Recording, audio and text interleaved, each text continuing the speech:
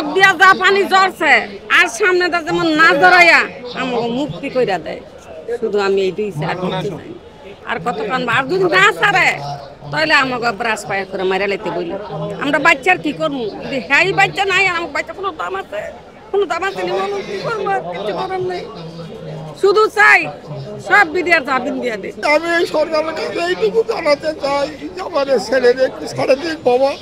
আমরা যাই হোক তার জীবনীটাই শেষ, আমার শেষ সময় যাই হোক এই আশাবাদ নেই। আমরা ঘুরে বেড়াচ্ছি বাবা একের পর এক, তারিখের পর তারিখ।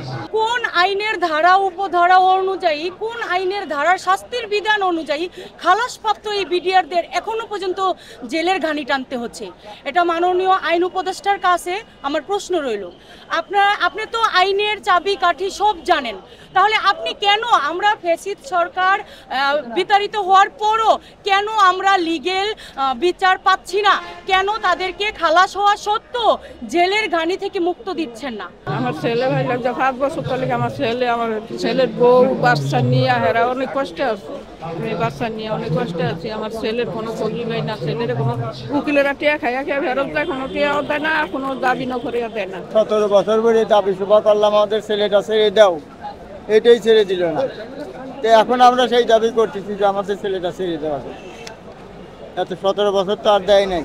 তো এখন ও সরকার চলে গেছে, এখন আমরা ভাবছি যে হয়তো আশা করতেছি যে আমার ছেলেটা এখন ফিরে পাবো। আমার ছেলে আর কি, সে ছেলে বিডিআরে আছে, এখন আমরা চাইতেছি যে মুক্তি দেব। আমরা এটাই সরকারের কাছে দাবি। আজকে দীর্ঘ 16 বছর ধরে উনি কোন বিডিআররা আজকে বিনা দোষে জেল খাটিচ্ছে। এমনকি বিডিআররা বিনা চিকিৎসায় মারা যাইতেছে। কি কারণে মারা যাইতেছে? আজকে কারা গড়াইছে? একমাত্র হাসিনা গড়াইছে। আজকে হাসিনা গটাইয়া কিন্তু উনি পালাই আসছে। আজকে বিনা দোষে বিডিআররা জেল খাটিচ্ছে। আজকে 16 বছর পরে যেহেতু আমরা কথা বলতে পারি, আর আমরা ফ্যাসিস্ট সরকার যেহেতু এই ঘটনাটা ঘটাইছে, আর উনি ফ্যাসিস্ট সরকার যেহেতু আমাদের জামিন দেয় নাই, আর আমাদের এই মামলাটা নিয়ে কোনো কার্যক্রম শুরু করে নাই, এটা ঝুলন্ত একটা অবস্থায় রাখছে। তাইলে এখন যেহেতু আমরা কথা বলতে পারি, আমরা আমাদের কথাগুলো আপনাদের মাঝখানে ছড়াইতে পারি, তাহলে আমরা জামিন পাওয়ার যোগ্য, আমরা জামিন পাবো না কেন? বিডিআর মামলা যারা অকারণে জেলখানায় পড়ে আছে তাদের আমরা জামিন চাই। আজকের এই রায়ে আমরা জামিন অবশ্যই দিতে হবে।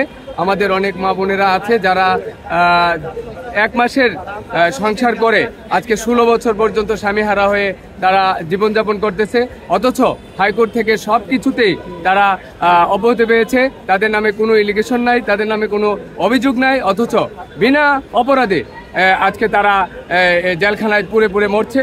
বিগত সরকারের একটা নীল নকশার অংশ ছিল এই পিলখানা হত্যাকাণ্ড, কিন্তু আমরা এই পিলখানা হত্যাকাণ্ডের এই মামলায় 2টি মামলা হয়েছিল, একটা হত্যাকাণ্ড মামলা, বিস্ফোরক মামলা। হত্যাকাণ্ড মামলা থেকে খালাস পাওয়ার পরেও বিস্ফোরক মামলার কারণে, শুধুমাত্র বিস্ফোরক মামলার কারণে প্রায় 5 শতাধিক বিডিআর সদস্য জেলখানায় মানবত জীবনযাপন করছে, তারা মুক্তির প্রহর গুনছে। আমরা গত 3টা ডেটে আমরা 16 বছরে আসলে গত 16 বছরে আমরা কোনো সুবিচার পাই না। আমরা বিভিন্ন সময় জামিনের আবেদন করেছিলাম, আমাদের জামিন দেয় না এবং এই মামলার কালক্ষেপণ করেছে। 16 বছরে, দীর্ঘ 16 বছরে একটি মামলা সাক্ষ্যগ্রহণ পর্যায়ে রেখে দিয়েছে, যেখানে হত্যাকাণ্ড মামলা নিম্ন আদালত থেকে এটা উচ্চ আদালত পর্যন্ত চলে গেছে এবং অ্যাপিলেট ডিভিশনে আছে এখন। কিন্তু এই বিস্ফোরক মামলা এখনও বিচারিক আদালতে পড়ে আছে। তাহলে আমরা খালাস পাওয়ার পরেও কেন আমরা মুক্তি পাবো না?